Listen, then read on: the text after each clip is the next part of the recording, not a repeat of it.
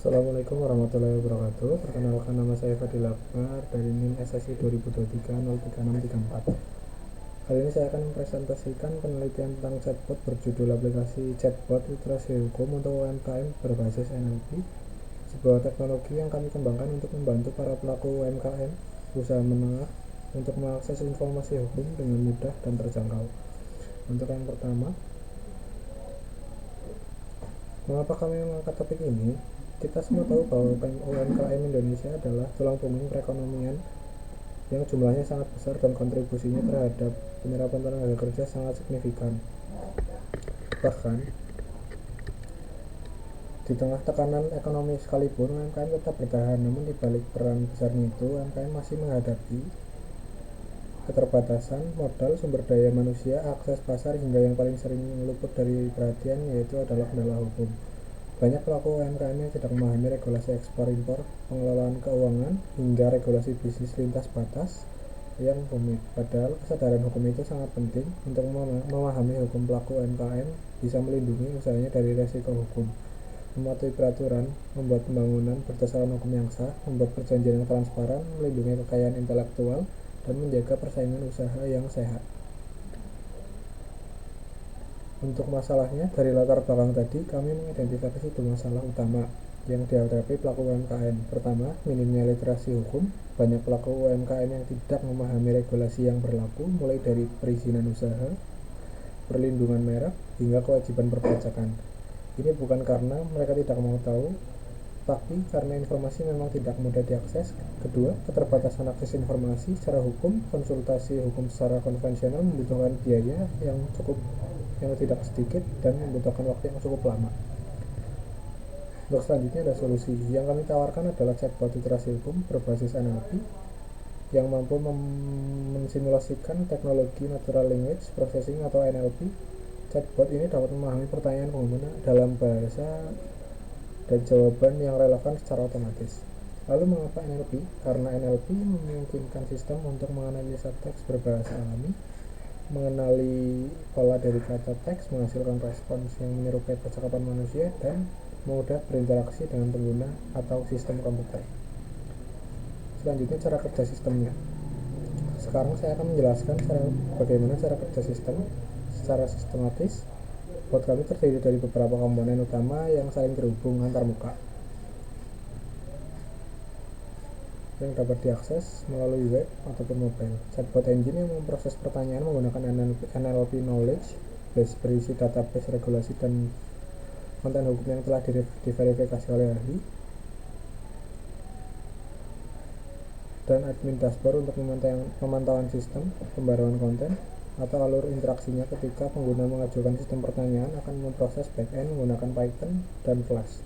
Sistem kemudian menganalisa pertanyaan menggunakan algoritma TF-IDF untuk mengukur kemiripan dengan knowledge base. Jika skor kemiripan di atas 0,3, pertanyaan langsung dijawab dan knowledge base akan melalui AI agent di bawah ini. 0,3 pertanyaan diteruskan dengan model AI untuk diproses lebih lanjut, kemudian dikirimkan ke pengguna. Dari sisi teknologi, kami menggunakan backend Python dan Flash, model OpenAI GPT 4.0 mini dengan kapasitas konteks 128.000 token retrieval berbasis TF-IDF. Workflow automation menggunakan N8N server serta hosting di cloud server untuk aksesibilitas dan skalabilitas. Fitur aplikasi. Fitur ini memiliki dua kelompok, fitur fungsional dan fitur fungsional non-fungsional. Fitur utama konsultasi otomatis yang menjawab pertanyaan secara hukum, otomatis rekomendasi tindakan hukum sesuai dengan regulasi yang berlaku, live chat dengan pakar hukum ketika menjawab chatbot tidak bisa dijawab. Manajemen menggunakan admin serta monitoring statistik menggunakan aplikasi. Dari sisi non-fungsional, aplikasi ini dirancang antarmuka yang sederhana, ramah pengguna, dapat diakses di berbagai perangkat, memberikan respon yang cepat, mampu menganalisa pertumbuhan jumlah pengguna, dan diperbarui konten maupun sistemnya. Selanjutnya ada hasil uji fungsionalitas. Kami melakukan dua jenis pengujian di slide ini. Yang pertama, uji fungsionalitas dengan sangat memuaskan. Dari total 51 skenario yang diuji untuk 3 peran pengguna, yaitu admin dengan 21 skenario, visitor atau UMKM dengan 13 skenario, dan pakar hukum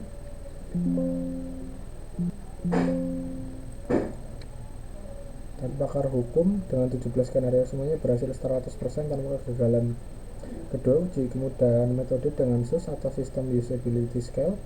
Ujian ini melibatkan 24 responden yang terdiri dari 2 pakar, 22 praktisi, UMKM. Hasilnya skor rata-rata SUS kami yang memperoleh adalah 71,98. Untuk selanjutnya,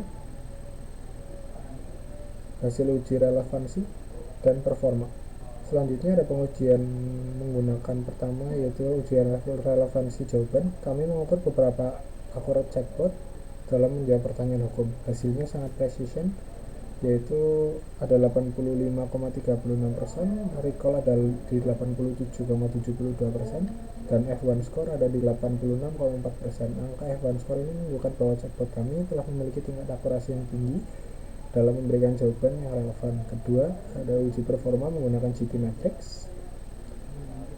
Menggunakan GT Matrix sangat baik, performance score-nya ada di 87%, structure score-nya ada di 92%, waktu muat penuh ada di 2,1 detik, dan ukuran halamannya ada di 0,98 megabit. Selanjutnya ada di kesimpulan. Sampailah kita di bagian terakhir kesimpulan. Secara keseluruhan, aplikasi chatbot iterasi hukum berbasis NLP ini berhasil dikembangkan dan terbukti berhasil efektif mengatasi solusi bagi pelaku UMKM yang membutuhkan akses informasi hukum yang cepat, mudah, dan terjangkau.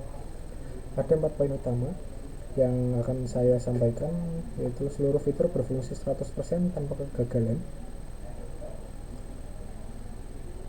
Selanjutnya dengan kategori baik dengan skor SUS 71,98, akurasi jawaban tinggi dengan F1 score 86,4%, dan performa sistem yang cepat dengan waktu mat hanya 2,1 detik. Terima kasih.